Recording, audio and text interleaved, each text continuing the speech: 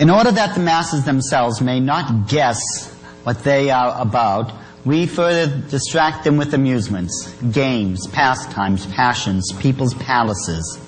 Soon we shall begin through the press to propose competitions in art and sport of all kinds. These interests will finally distract their minds from questions in which we should find ourselves compelled to oppose them. Growing more and more disaccustomed to reflect and form any opinions of their own, people will begin to talk in the same tone as we, because we alone shall be offering them new directions for thought. Of course, through such persons as will not be suspected as of solidarity with us.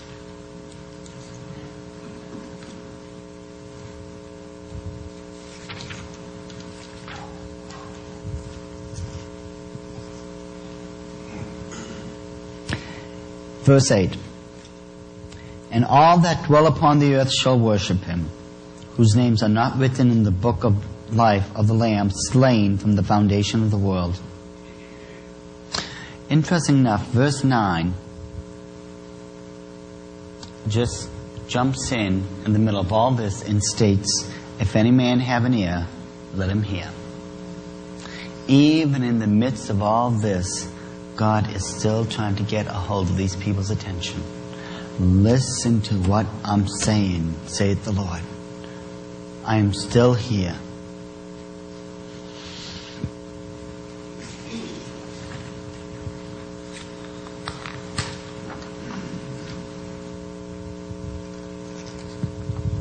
But if we give the nations of the world a breathing space, the moment we long for is hardly likely ever to arrive.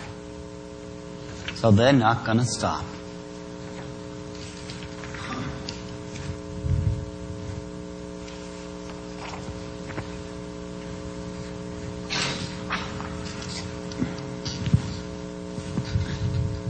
What we want is that from the first moment of its promulgation, while the peoples of the world are still stunned by the accomplished fact of the revolution, still in a condition of terror and uncertainty, they should recognize once for all that we are so strong, so inexpugnable, so superabundantly filled with power that in no case shall we take any account of them, and so far from paying any attention to their opinions or wishes, we are ready and able to crush with irresistible power all expression or manifestation thereof at every moment and in every place, that we have seized at once everything we wanted, and shall in no case divide our power with them.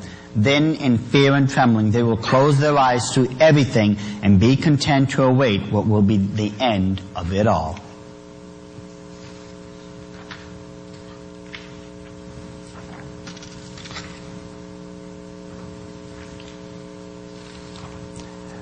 We shall make it our task to see that against us such things as plots shall no longer exist.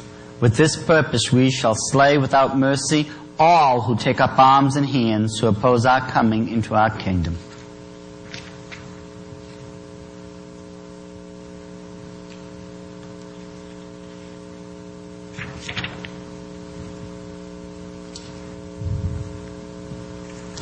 In conclusion,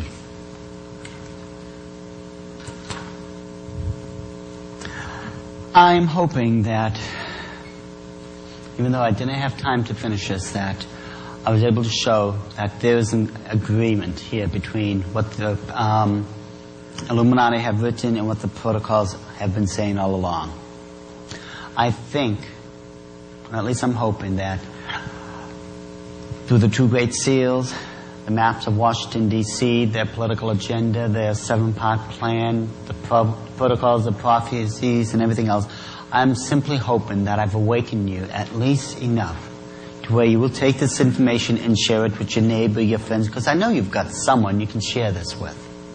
This way, it doesn't just stop. It goes on and goes on and goes on.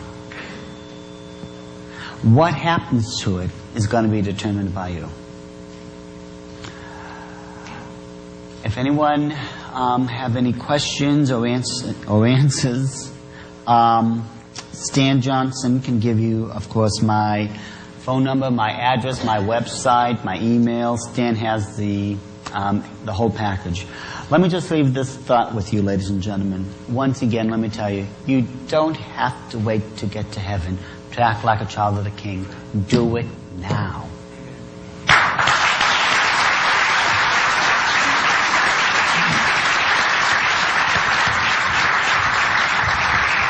After hearing all of this, lest someone might think that Lucifer has won, has done a pretty good job, let me just remind you that Psalms 2:2 says, "And the kings of the earth set themselves." In other words, they placed themselves in positions like you've heard about this evening. You rule the movie houses, you rule the music, you rule the paper, you rule the magazine, you rule the movies. "And the kings of the earth set themselves, and the rulers take counsel together against the Lord and against His anointed, saying, Let us cast asunder their cords. Cast off their bands. Let's do away with their laws. Cast off those 10 commandments." We don't have to live like that. But the next verse says, "But he that sitteth in the heavens shall laugh and leave them in derision." Yes, the Illuminati has done some pretty rotten things. And yes, we're in a pretty good pickle here in America these days. But don't worry. God is still on the throne. He is still in control. And He is still very interested in every one of our souls. So with that in mind, as we see some of these things coming, there's 2 things we all have to ask ourselves. Question number 1, if we were to die tonight, where would we go? Question number 2, are we clean enough that when the trouble comes, will God protect us?